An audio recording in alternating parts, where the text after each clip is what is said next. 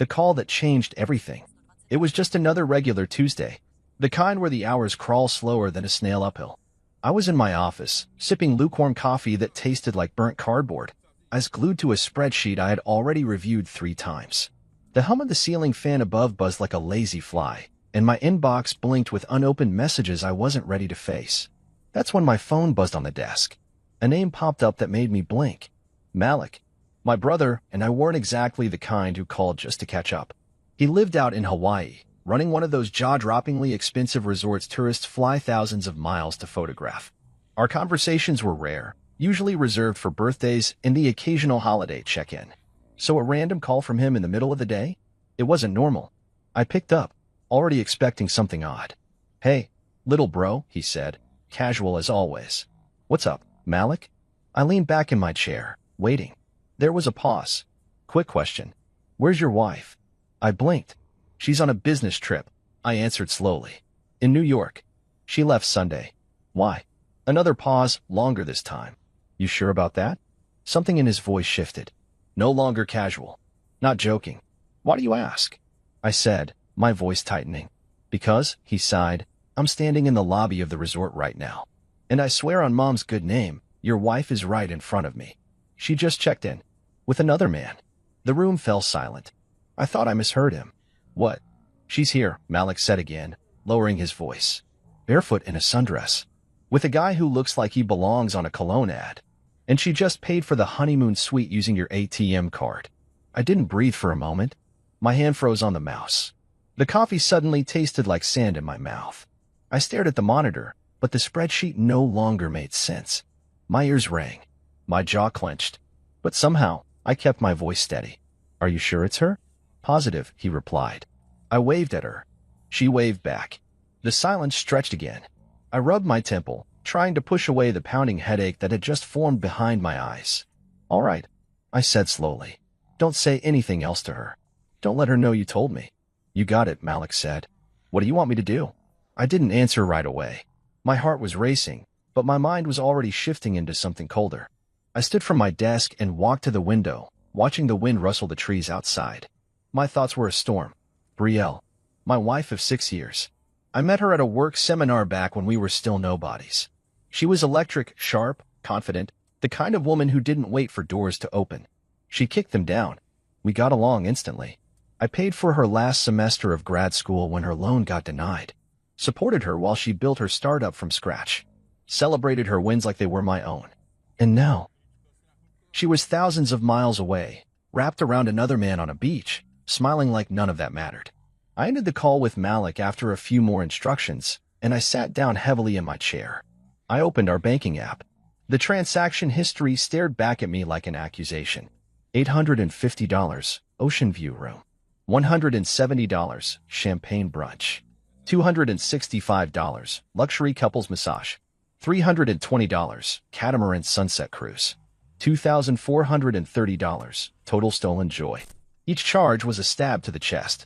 Paid with my card. For the past few months, I'd felt something was off. She had started canceling date nights. Always tired. Overwhelmed at work. She'd pull away when I reached out. Dodge conversations with vague excuses. I chalked it up to stress. I didn't press. I gave her space. Turns out, I gave her room to cheat. I wanted to scream, but I didn't. I wanted to throw something across the room, but I didn't. Instead, I just sat there. Quiet. Numb. Processing. Because in that moment, I realized something dangerous. I wasn't going to yell. I wasn't going to cry. I was going to get even. I wasn't going to burst into Hawaii demanding answers. I wasn't going to storm into her hotel suite and punch the guy in the face. That's what she'd expect. That's what she'd prepare for. But me? I was going to sit down. Think. Plan. By the time she realized what was happening, she wouldn't even know what hit her. I picked up the phone again. Called Malik back. "Keep watching," I said. "Tell me everything. And send photos if you can without getting caught." He agreed. He always liked a little drama, and for once, we were on the same team. Then I called my assistant and said I wouldn't be in the office the rest of the week. I closed my laptop. I poured a glass of whiskey, sat on the couch, and stared at our wedding photo above the fireplace. I remembered the way she smiled that day, the vows she made, how her voice cracked when she said forever. I should have known then. Some people say forever, but they mean until the next shiny thing comes along. I clinked the glass against my teeth. She thought I was a fool, that I'd never find out. But she forgot who I am. She forgot that I pay attention, that I see patterns, that I built my life on structure and precision. She played a careless game in paradise. And now? Now, I was about to show her that betrayal has consequences. And Hawaii was about to become the last place she'd ever forget. Paradise exposed. The funny thing about betrayal is how it doesn't hit you all at once. It seeps in like cold water under a door, slow at first, then soaking everything before you realize you're standing in a flood. That night, I sat in my living room with the lights off, letting it all soak in. The only sound was the clink of ice against glass and the slow creak of the ceiling fan above. I stared at the bank statements again, scrolling through the damage like it was a crime scene report. A couple spa package. Sunset cruise. Room service that could feed a football team. My name on every receipt. My money funding their fantasy. She had taken what we built and used it as a getaway fund for a fling. But I wasn't going to act rash. Not yet. Instead, I called Malik again. Describe him to me, I said, pouring another drink. He chuckled, not because it was funny, but because it was absurd. Tall, model-looking. You know the type. Skinny jeans and loafers on a beach, like he's allergic to sand. She kissed him on the cheek earlier. Held his hand. They looked too comfortable to be coworkers. I closed my eyes. He wasn't wrong. I already knew in my gut it wasn't business. Her emails had become vague lately. No more, be back Wednesday, or client meeting at 3. Just one-word replies or ghost-like silence. I told myself she was stressed, that she needed space. I gave her that, and she took it all the way to Hawaii. Thanks, man, I said. Keep an eye on her. Don't let her know you've said anything. Already on it, Malik replied. She booked the stay under your full name, by the way. No shame at all. Of course she did. After we hung up, I sat in silence for a while. I thought about everything. The way she used to wait up for me when I worked late. The way she used to laugh at my terrible jokes. Somewhere along the line, that laughter had faded, and I didn't know when it happened. Or maybe I just didn't want to notice. The idea of confronting her right then burned through my chest like acid. I imagined flying down to Hawaii, bursting into their suite, catching them red-handed. But then I pictured her reaction. She'd probably gasp, cry, beg, deny, maybe even twist the narrative and say I invaded her privacy. Turn it into a story about how I didn't trust her. The victim would become the villain. No, I needed her to be exposed. But not just to me, to everyone. That meant no yelling, no throwing things, no drama, just facts. I pulled up my shared folder from our bank. Every transaction lit up like a breadcrumb trail. I made a new spreadsheet because I needed this to be organized. Cold. Surgical. I labeled each entry by date, location, description, and amount. It wasn't hard to tell what was hers. She loved extravagant little things. Candlelit dinners. Imported wine.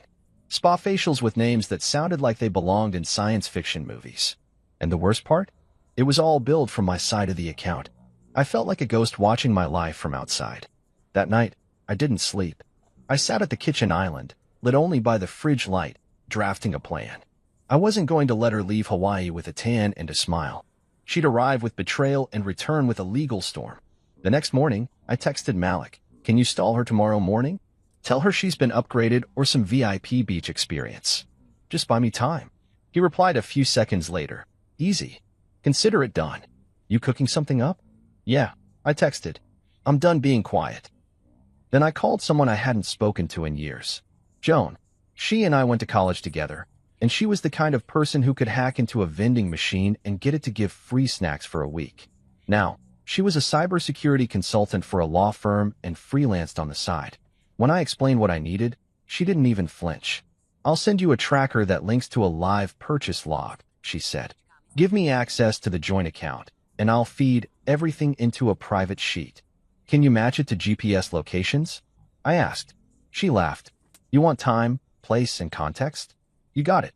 I'll have it by tonight." "Thanks, Joan. I'll make it worth your time." "You already have," she said. "I love a good revenge story." I hung up, and for the first time in hours, I smiled. Because now it wasn't just about the heartbreak. It was about reclaiming control. I texted Malik again, "Send me a picture." Just one. An hour later, a photo came through. The two of them standing near the beach bar. She was holding a coconut drink with a pink umbrella. Her hair was down, those expensive sunglasses perched on her head, and her hand, resting gently on his chest. I zoomed in.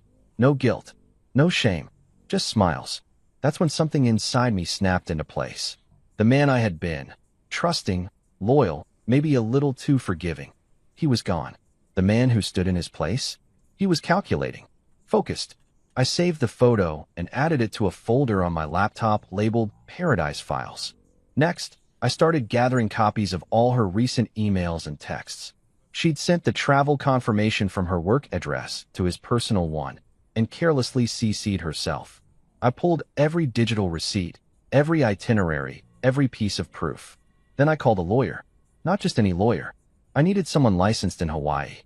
Malik gave me a name, Tony.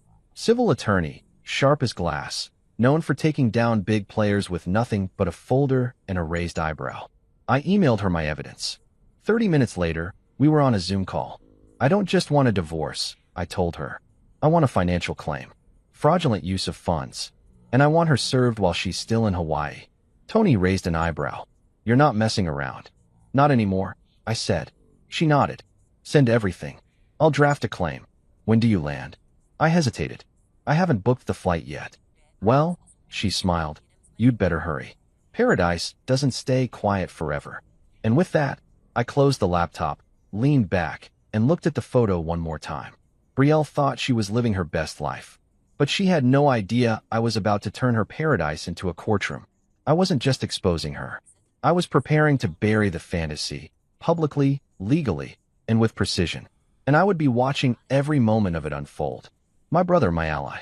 Growing up, Malik and I were never exactly best friends. We were just two boys under one roof, with different minds and different paths. He liked beaches and breezes. I liked books and balance sheets. While I stayed on the mainland, building a quiet life, he went off to Hawaii and turned a crumbling beachfront property into a luxury resort that made headlines. We didn't fight, but we didn't bond either. At least not until now. Betrayal has a strange way of rearranging loyalties. It was 2 days after Malik's call. I was sitting in my car, parked at the edge of a cliffside overlook just outside the city.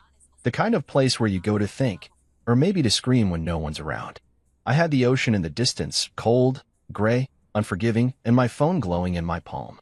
All right, Malik said on the other end. Here's what I got. He had gone full investigator on my behalf. The kind of effort you only make when blood actually means something. Reservation details are all under your name, he began. She booked the honeymoon suite for 6 nights. Confirmed through your shared bank card. All-inclusive. Champagne welcome. Turn-down service. Ocean view. I closed my eyes. Send me the documents. Already in your inbox, he said. And I've pulled security footage too. Discreet angles. Nothing invasive, but enough to show they're not just coworkers. You sure? I asked, jaw tight. Trust me, he said flatly. She's not talking business. They're kissing by the pool bar. Arms around each other. I even saw them dancing last night at the luau. A knot twisted in my stomach. She ever say anything to you? I asked, wondering if she tried to lie to his face. Nope. Just smiled like everything was fine. Didn't even flinch when I greeted her. She said she was just taking a break from work stress. I didn't let on. Good. And him? I asked. What's his story? Malik exhaled through the speaker. Name's Levi. I asked a few staff members to poke around. Turns out he's some kind of marketing manager at a firm in California. Mid-30s. Works out a lot. Acts like he's God's gift to women. Perfect, I muttered. The cliché of clichés. You want me to do more digging? No, I said. I've got someone else helping on that front. Because I did. Joan. She'd already sent me a Google sheet, color-coded, organized, time-stamped, with every purchase Brielle made using our joint account since she landed. Even GPS coordinates were included, pinged from the stores and restaurants she visited. It read like a travel brochure from hell, and every entry had my name on it. My next move was to tighten the circle. I needed more than emotional damage. I needed legal ground. So I called Joan again. Hey, she said, picking up on the second ring. Your sheet's updated. You should take a look at row 35. I opened it.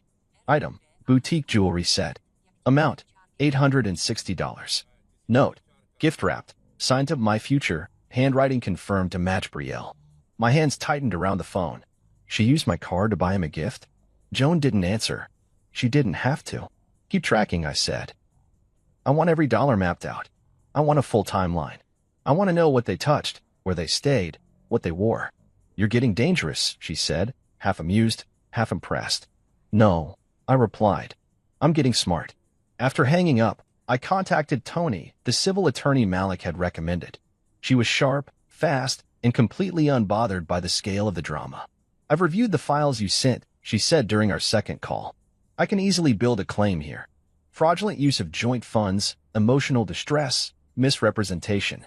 If you want to press charges or serve her papers while she's still on the island, I can help you file the paperwork within 48 hours. Make it happen. Just be aware, she said carefully, this could go public. I don't care. That night, Malik emailed me the video clips. The first one started with soft music playing in the background, one of the resort's live bands. The camera angle showed Brielle and Levi swaying together under string lights, his hands on her waist. She leaned in, whispered something in his ear. He laughed, and then she kissed him, right there, on the dance floor.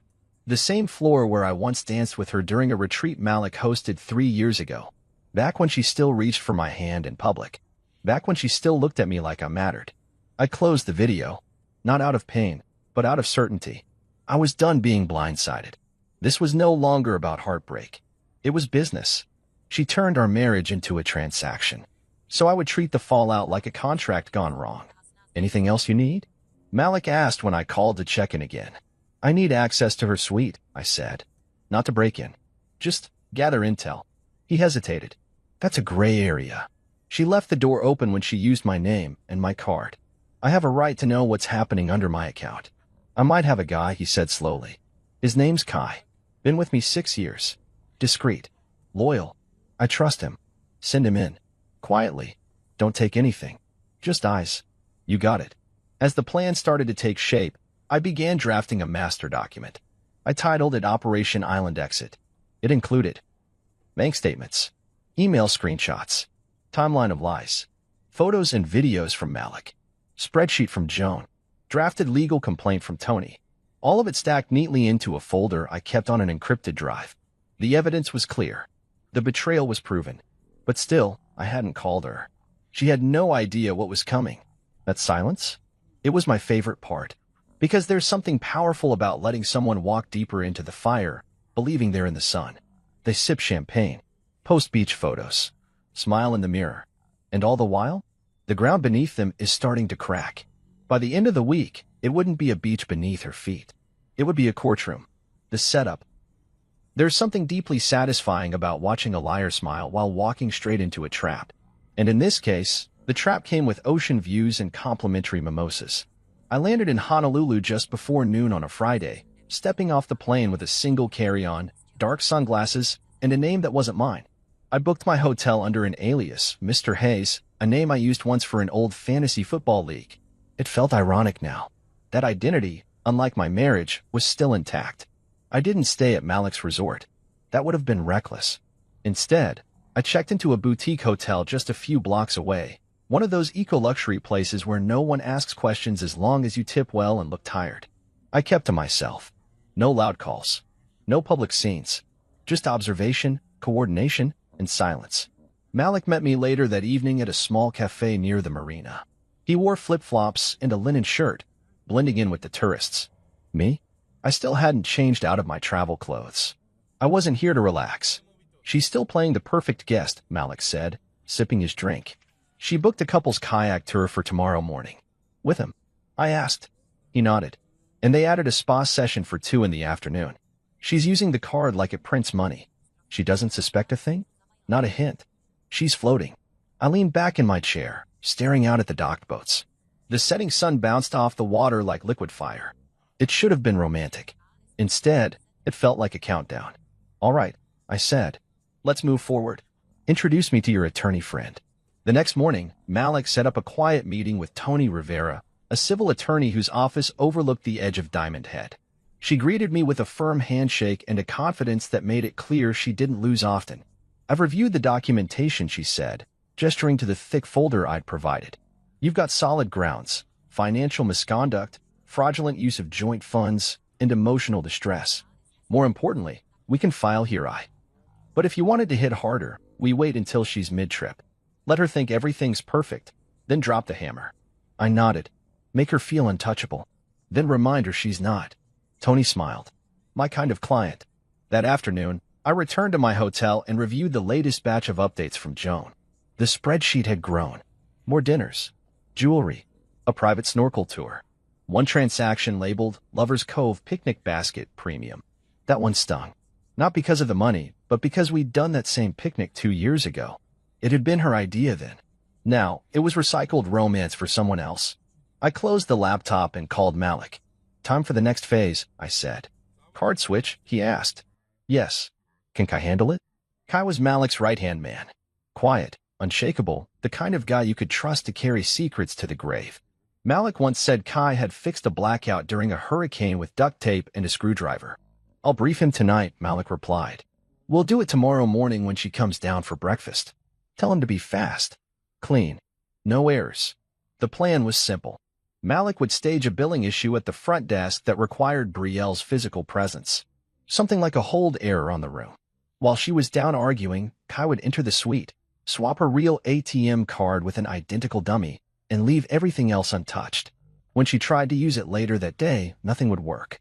Her picture-perfect vacation would collapse by degrees, each swipe a reminder that control was slipping.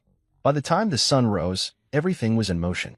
Malik called me around 10 a.m. She's at the desk now, he whispered, giving my staff the fake smile. Is Kai in? Already in and out. Like a ghost. I grinned. Perfect. Later that afternoon, Joan messaged me. No activity on the real card since 10:13 a.m. Looks like the decoy's in full effect. That was the moment I finally felt the shift. The balance tipping.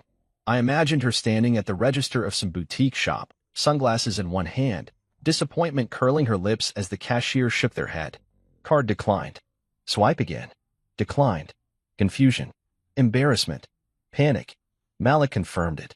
They went to the jewelry store in Waikiki, he said. She tried to buy a gold chain. Got declined. Tried again. Nothing. Levi looked confused. She looked pissed. And now, they're back at the resort. She's on the phone with someone. Probably the bank. Or maybe you. I chuckled. Let her call. I didn't answer, of course. I wasn't ready yet. She had to sit in it longer. But I wasn't done. I crafted a short message on a white piece of paper and sealed it in an envelope. Then I printed one of the clearest screenshots of her kissing Levi on the beach and added it inside. On the paper, I wrote just one line. Smile. You're not on vacation anymore. I handed it to Malik in the lobby that evening. Deliver this to her tomorrow morning. Hand it to her personally. Say it's from a private guest. Then walk away. He turned the envelope over in his hand. She's gonna lose it. That's the point. That night, I returned to my quiet hotel room. I stood by the window, watching the ocean crash against the rocks, and thought about the man I had been just 1 week ago. Blind, tired, trying to fix something that was already broken. Now, I wasn't trying to fix anything. I was just making sure the wreckage had my signature on it. The next morning, Malik called me with a chuckle in his voice. She opened it in the breakfast lounge, he said. Went pale like someone kicked the chair out from under her. Levi asked what it was. She told him it was nothing. Then she stormed off to her suite. I smiled, staring at the rising sun outside my window. Good. She's gonna blow soon, Malik added. She already did, I said calmly. She just doesn't know it yet. I ended the call, finished my coffee, and zipped up my suitcase. It was time to go home, not because I was finished, but because the real show was about to begin. And she still had no idea the cameras were rolling. The card switch. There's a specific kind of silence that follows a perfect setup. It's not empty, it's loaded, like the air right before a storm breaks, or the hush that settles in a courtroom when the verdict is about to be read. That's the silence I sat in the morning after Malik delivered the envelope. A thick, waiting kind of silence. I didn't rush it. I let the clock do the work. At exactly 11:03 a.m., the first call came through. Brielle. I watched her name flash across my screen. I didn't move. Let it ring. Then another. Then another. I muted the phone and slid it face down across the counter. My hands were steady, my breathing calm. I'd imagined this part for days, the unraveling. But nothing compared to the real-time thrill of watching her world sink slowly beneath her feet. She called 6 more times over the next 2 hours. I didn't pick up. Meanwhile, Joan kept feeding me live updates from the card tracker. Or rather, the lack of them. Declined again. She messaged at 12:12 p.m., this time at a beachside cafe. She tried 3 times. The beautiful thing about revenge done right is that it's not loud. It doesn't slam doors or scream accusations. It whispers truth into places where lies used to live. That's what this card switch was. Not revenge in the classic sense, but revelation. One swipe at a time. Malik texted me mid-afternoon. She's asking everyone at the front desk why her card isn't working. She thinks it's a hotel error. Let her. I replied. I imagined her standing there in that overpriced sundress, trying to smile while confusion bloomed across her face. Levi probably standing nearby, arms crossed, wondering what she was hiding. I wondered if he knew the room they were staying in was booked under my name. If you noticed that every time she signed a receipt, it was with a last name she swore she wasn't proud of anymore. But the best was yet to come. I had prepared a second envelope, this one heavier, thicker, stuffed with truth. Inside, I had placed a printed bank statement with every line highlighted that matched their trip, a spreadsheet compiled by Joan, organized by date, location, and cost, the resort's room booking confirmation bearing my full name, a divorce petition drafted by Tony, and finally, a neatly labeled USB drive. That USB? It contained the video footage Malik had collected. Their slow dances, hand-holding, laughing under tiki lights, the kiss by the bar, all time-stamped, all in high resolution. This wasn't just evidence, it was a story. A timeline of betrayal wrapped in facts. And it was about to land directly in her hands. I made one last call to Malik that evening. You sure about this? He asked, though his voice already held the answer. She took a vacation on my dime, I said. She can handle a wake-up call. The next morning, Malik approached her in the hotel lobby, same as before. Mrs. Thorne, he said. I laughed when he told me later she didn't correct him. She was so used to pretending, she forgot to drop the act. This was left for you by a guest, he added, handing her the envelope. She took it without question. 20 minutes later, my phone buzzed again. Unknown number this time. I didn't answer. Then Malik called. She opened it in the suite, he said. I couldn't see her, but one of the cleaning staff said she threw something against the wall. Then she started shouting. Levi. He left the room 10 minutes later. Looked like someone had slapped him in the face. Did she chase after him? Nope. She slammed the door. He walked down to the pool bar alone. Asked for tequila at 10 a.m. That was almost poetic. I could picture him standing there in his beach shirt, staring out at the waves, suddenly realizing he was just a prop in someone else's mess. That everything she promised him, freedom, love, adventure, was built on stolen money and borrowed names. Later that evening, I got a call from Tony. She's officially been served, she said. Divorce petition, financial claim, and all supporting evidence. We have documentation of receipt. She knows she's been caught. And the lawsuit? Filed. We'll follow up once she returns to the mainland. But based on the footage and your bank records, the case is solid. I thanked her and hung up. That night, I didn't celebrate. I didn't toast a victory or call friends to brag. I just stood on the balcony of my hotel room, watching the tide roll in, listening to the soft hush of the waves meeting sand. I thought about everything. 6 years of marriage. Countless sacrifices. Quiet nights where I stayed up late finishing her pitch decks. The way she used to rest her head on my shoulder when she couldn't sleep. The little things that build a life. And how, one by one, she tore them down for a man who couldn't even pay for his own cocktails. Somewhere down there, in another hotel suite, she was pacing, panicking, scrambling to call banks, lawyers, anyone who would listen. But the truth? No one could help her now. She betrayed the one person who actually would have stood by her. She mistook kindness for weakness. And when she decided to treat our marriage like a game, she forgot one important thing. I never lose when I know the rules. And now, I was the one writing them. By the next morning, she had checked out. Malik texted me. She left in a rush. Didn't speak to anyone. Levi's gone too. Good, I replied. I boarded my return flight that afternoon. No first class. No upgrades. I didn't need luxury. I had peace. And sometimes, that's more valuable than anything money can buy. I sat by the window, watching the clouds shift outside, feeling lighter than I had in months. There were still battles ahead, court dates, settlements, a property division. But the hardest part was over. She'd seen the truth. She'd tasted what it felt like to be powerless. And she'd know, forever, that the man she tried to deceive wasn't the fool she thought he was. He was the one with the final move. The panic call.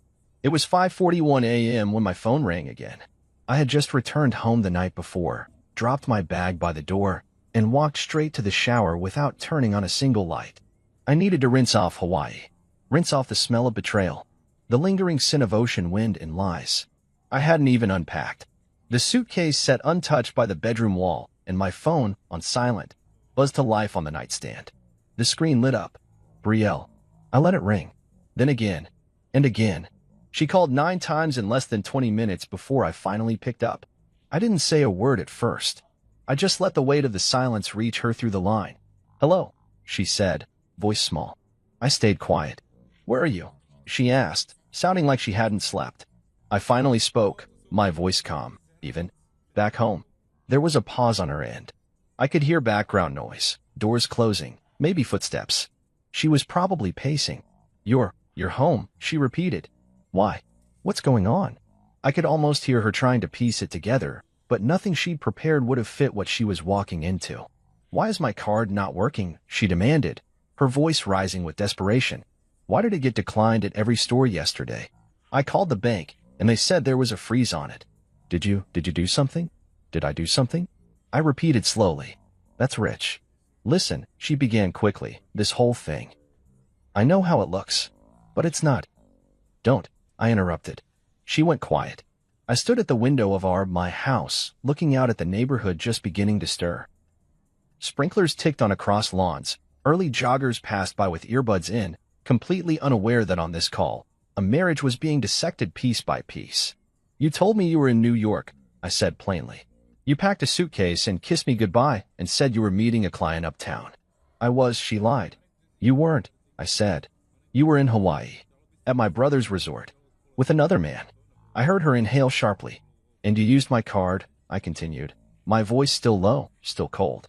"Every cocktail, every massage, every dinner, every room service bill, you swiped with my name. You made reservations in my name. You laid in bed with another man, in a suite I paid for." "Wait," she said, stumbling over her words. It's not like that. Don't lie again, Brielle.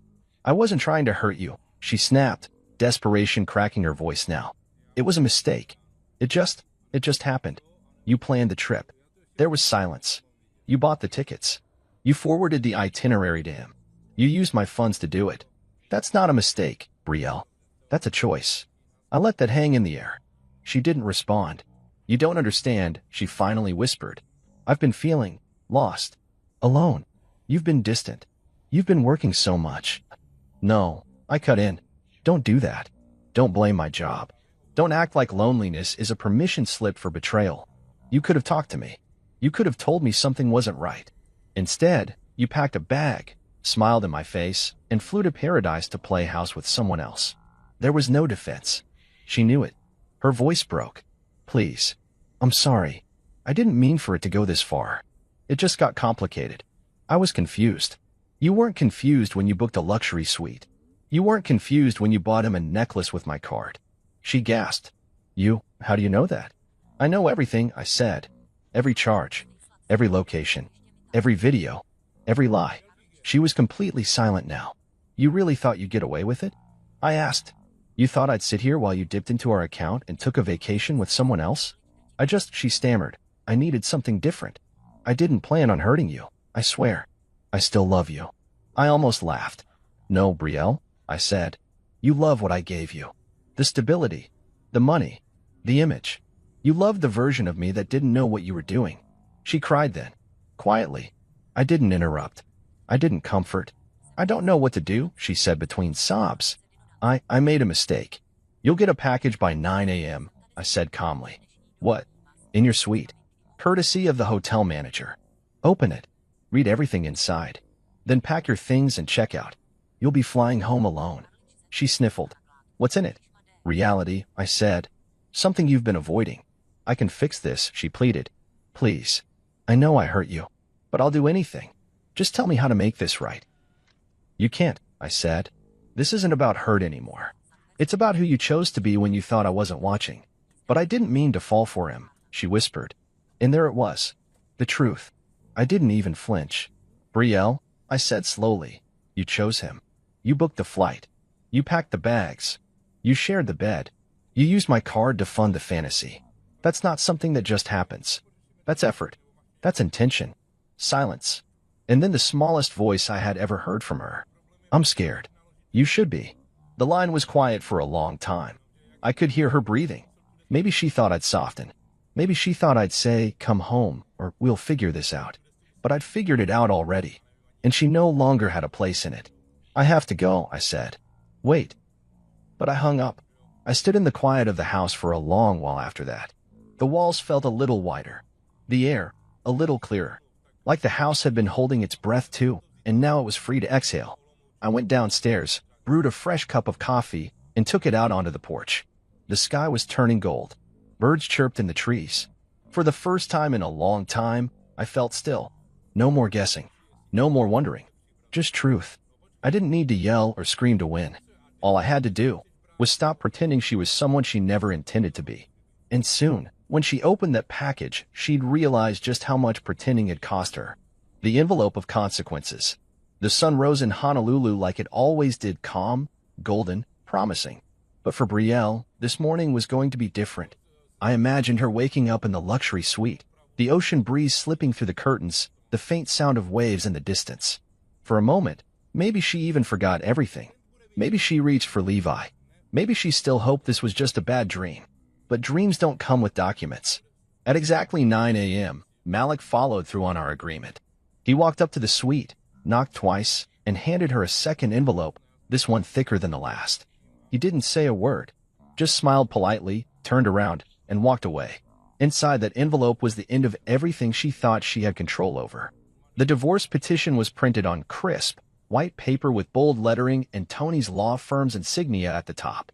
It detailed every violation of trust, every financial abuse, every legal reason I had for terminating the marriage. No fluff, just facts. Alongside that, I had included a formal restraining order against her access to all joint accounts, investments, and property titles. Tony's team had frozen everything.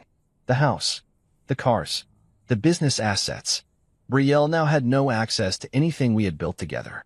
Also included was a breakdown, a full spreadsheet, color-coded, labeled, with every single dollar she had spent using my name.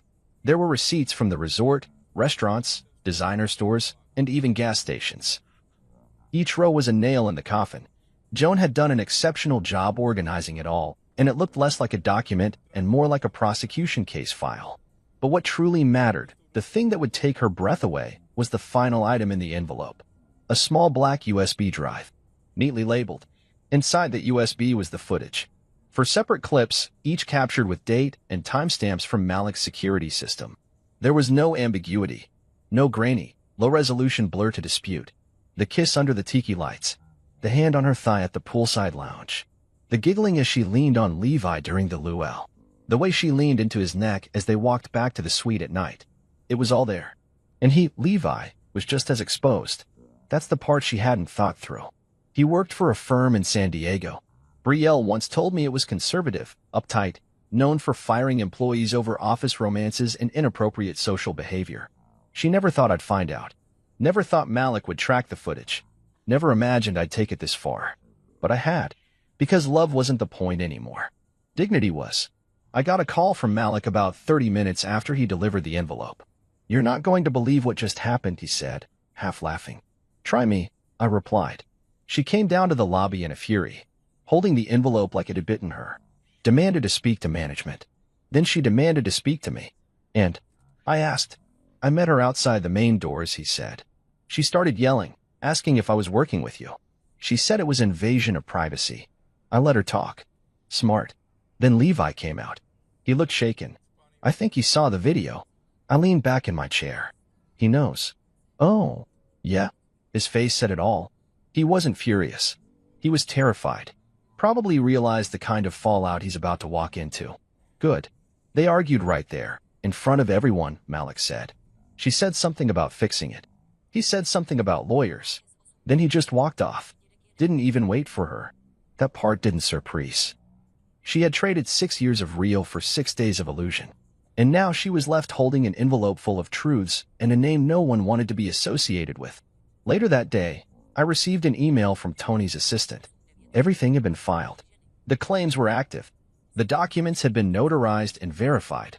I now had legal separation pending trial and a strong financial misconduct case. And the startup I helped Brielle launch? I had already removed her from the accounts. Back when we set up the LLC, she didn't pay attention to the fine print.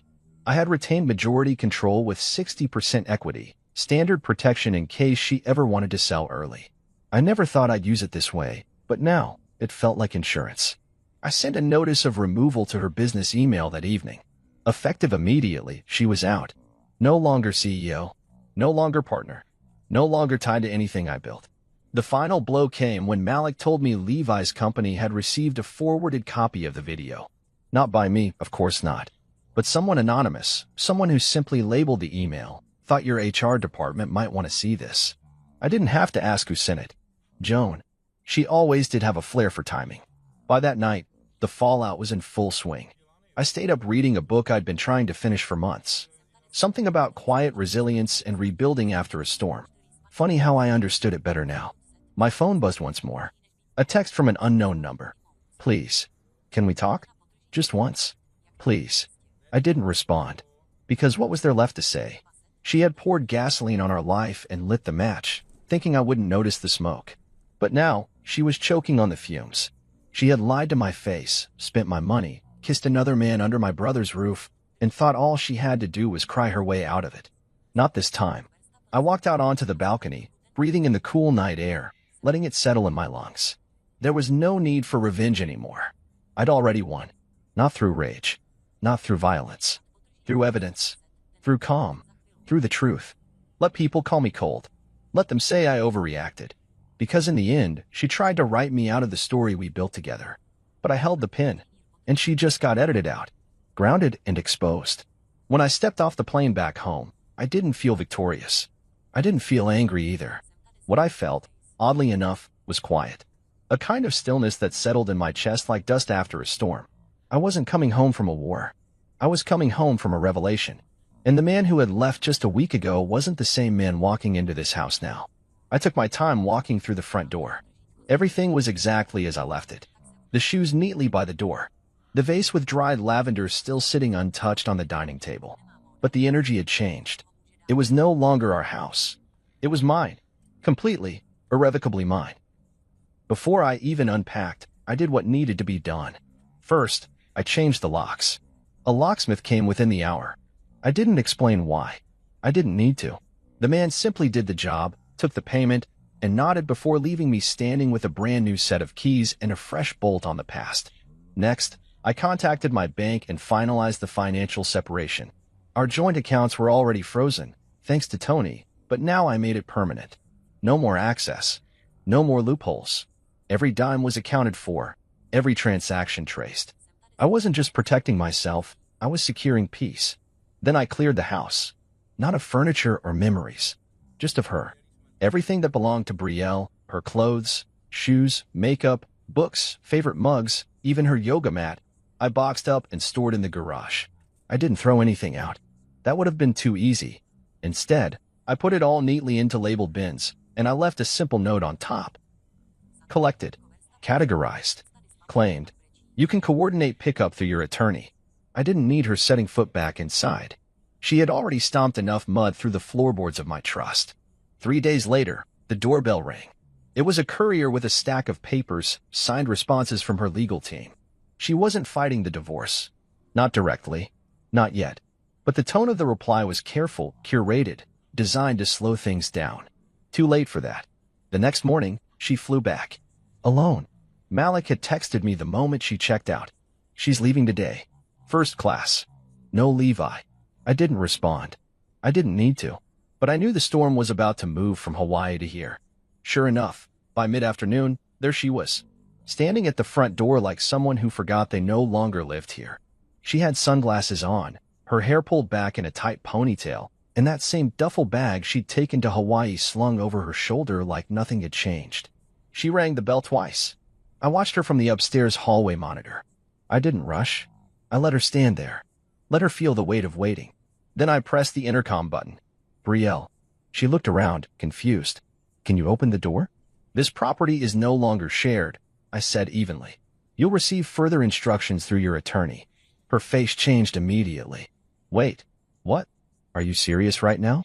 I flew back to fix this. You flew back alone, I said. That was your first clue. She stepped closer to the door. Please, just let me in. We can talk. There's nothing to talk about. Come on, you don't mean that. You said you needed space. You took it. In Hawaii. With another man. That was a mistake. No, I interrupted. It was a pattern. I paused. You broke this, Brielle. Not just once. Not just with one kiss. You made a decision every single day of that trip. And now, you're facing the cost. She was visibly shaking. People make mistakes. People do, I agreed. But not everyone betrays the person who gave them everything.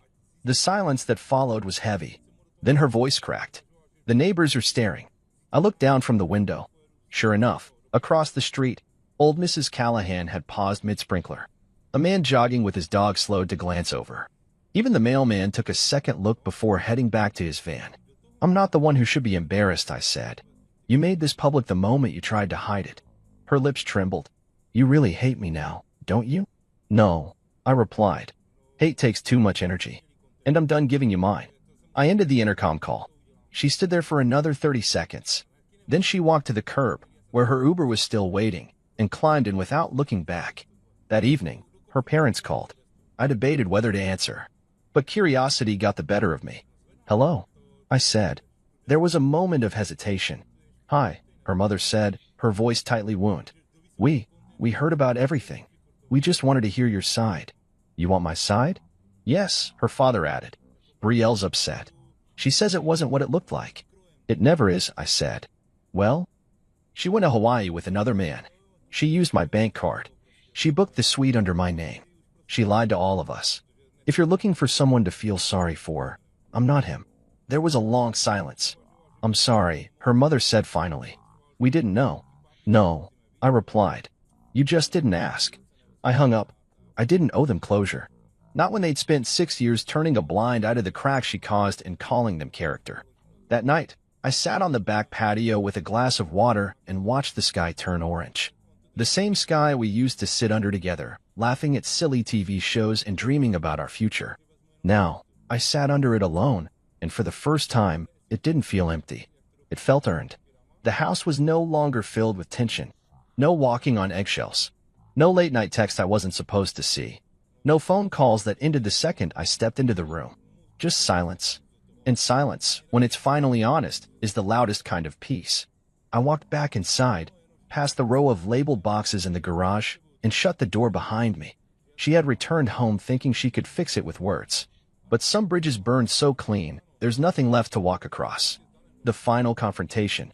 A month later, I stood in the hallway outside courtroom 4B, dressed in a charcoal gray suit, holding nothing but a leather folder and calm resolve. The hallway buzzed quietly, shuffling feet, muffled conversations, the occasional call for silence. But all of it faded to a dull murmur as I stood by the bench, waiting for her. Brielle arrived 5 minutes late. She looked nothing like the woman who had stepped onto a Hawaiian beach in a sundress and sunglasses. Today, she wore a navy skirt suit, her hair pulled tight into a bun, as heavy with something between regret and stubbornness. Beside her was a sharp-looking attorney with an expensive briefcase and the kind of practiced smirk that only existed in courtrooms and overpriced divorce settlements. She didn't make eye contact. I didn't care. My attorney, Tony, stood beside me with quiet confidence, flipping through documents like she already knew how this would end. When the clerk called our case, we entered the courtroom and sat across from each other at 2 separate tables. The judge was a middle-aged woman with a steel gaze and a reputation for disliking unnecessary drama. Exactly who I'd hoped for. Tony opened with a calm summary of the case: financial misconduct, betrayal of marital trust, fraudulent use of shared assets. She spoke clearly, backed by dates, receipts, bank statements, and video footage we'd submitted into sealed evidence. Brielle's lawyer tried to counter with emotional appeals. Your Honor, he said, my client acknowledges that mistakes were made. But this was not a calculated attempt to harm her husband. This was the result of emotional distance in the marriage. My client felt isolated, neglected, and alone. She acted irrationally, yes, but not maliciously. Brielle lowered her eyes, like the weight of those words was hard to carry. The judge didn't blink. Tony rose smoothly. Your Honor, feeling neglected doesn't justify using your spouse's identity and financial accounts to fund an adulterous vacation. My client has presented proof of premeditation, booking details, duplicate reservations, and video footage showing sustained romantic engagement with another man. This was not spontaneous. This was a pattern. The judge nodded, flipping through the documents. Then she turned to Brielle. Mrs. Thorne, do you deny traveling to Hawaii with another man using your husband's financial information? Brielle looked up, her voice barely audible. No, Your Honor. Do you deny that the room, the meals, and the gifts were charged to your husband's account without his consent? Again, no, Your Honor.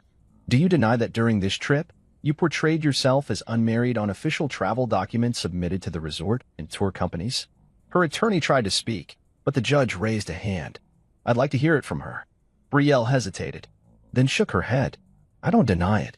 The judge nodded and leaned back in her chair. Thank you.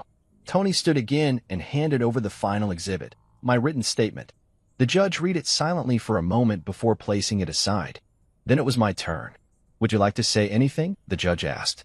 I stood, buttoned my jacket, and walked slowly to the witness platform. I didn't look at Brielle. Not once. My eyes stayed forward, my voice even. I was married for 6 years to a woman I thought I knew.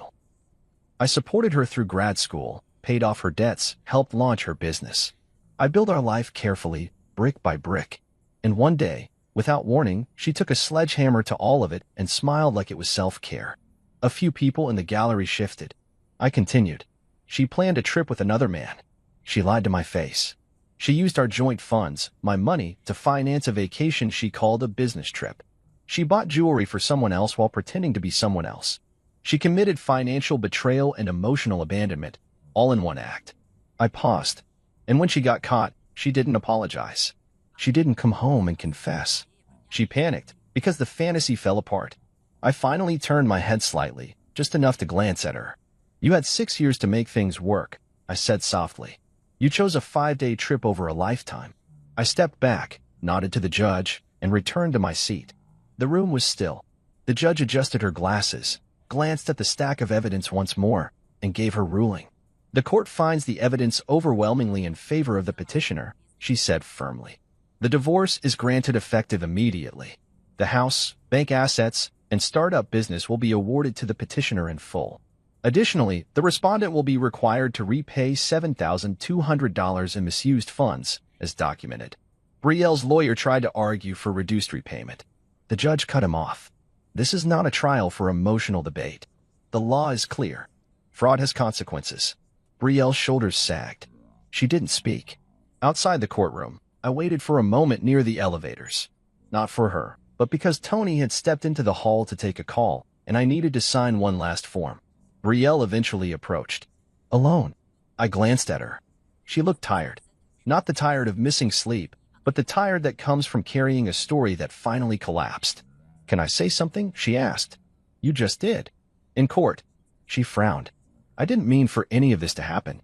I turned toward her fully. That's the problem, I said. You never meant for anything.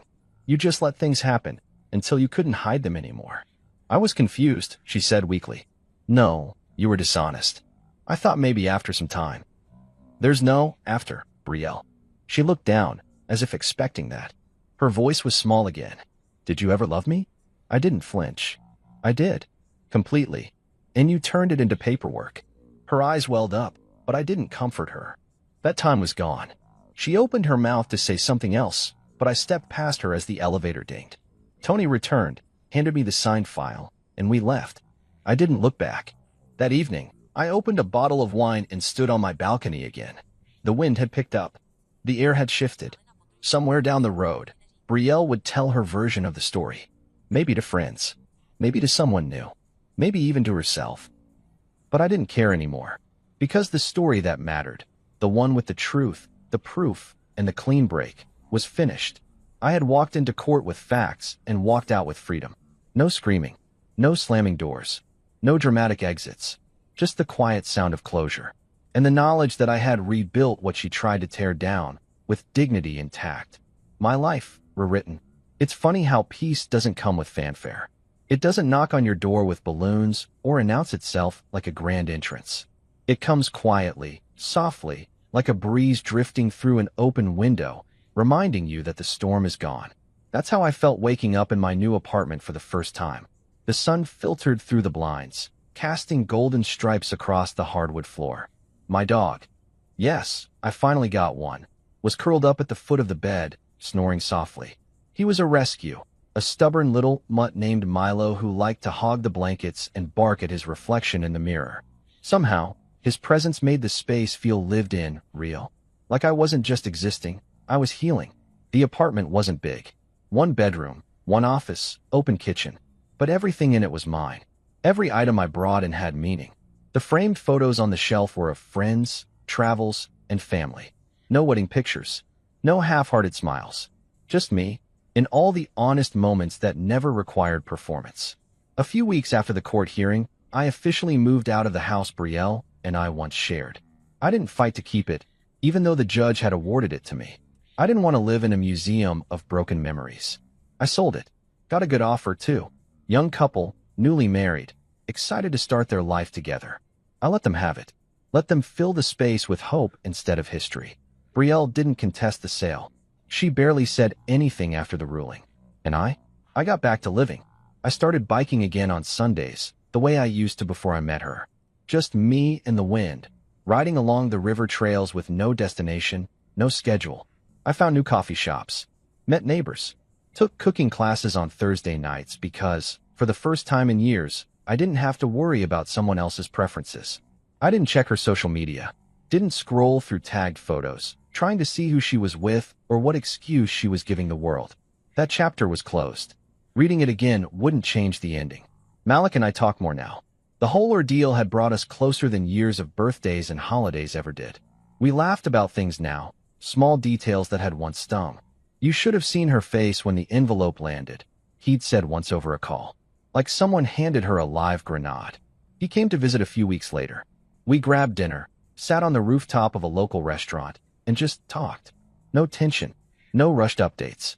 Just two brothers who had been through something ugly and came out stronger for it. "You're different," he said, sipping his beer. "Better or worse?" "Better," he replied. "You look lighter, like you're finally breathing." I nodded. "Feels that way too." Then there was Tony. What started as a purely professional connection had slowly grown into something I didn't expect.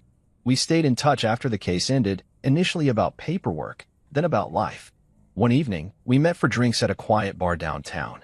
She looked different out of court, more relaxed, warmer. Her sharpness was still there, but it was softened by genuine curiosity. She asked how I was doing, not in the way people do to be polite, but like she really wanted to know. "I'm learning to be selfish again," I told her. She smiled. "Good. You earned that." By the end of the night, I realized I hadn't thought about Brielle once. Not her lies. Not the videos. Not the voice that once convinced me she'd never hurt me. Just me and the woman sitting across from me, sipping wine and laughing without pretense. It didn't turn into something overnight. I didn't dive into a rebound or force myself into romance. I let it unfold the way healing should: slow, steady, respectful. Maybe it becomes something more. Maybe it doesn't. But for once, I was okay with the uncertainty. One Saturday morning, I visited the place I used to sit with Brielle on our good days and overlooked that faced the city skyline, tucked behind a quiet park. I sat alone on the bench, watching the wind carry leaves across the path. I thought about everything she took from me, and everything I took back. She took my trust. I reclaimed it through boundaries. She took my finances. I rebuilt with intention. She took my dignity.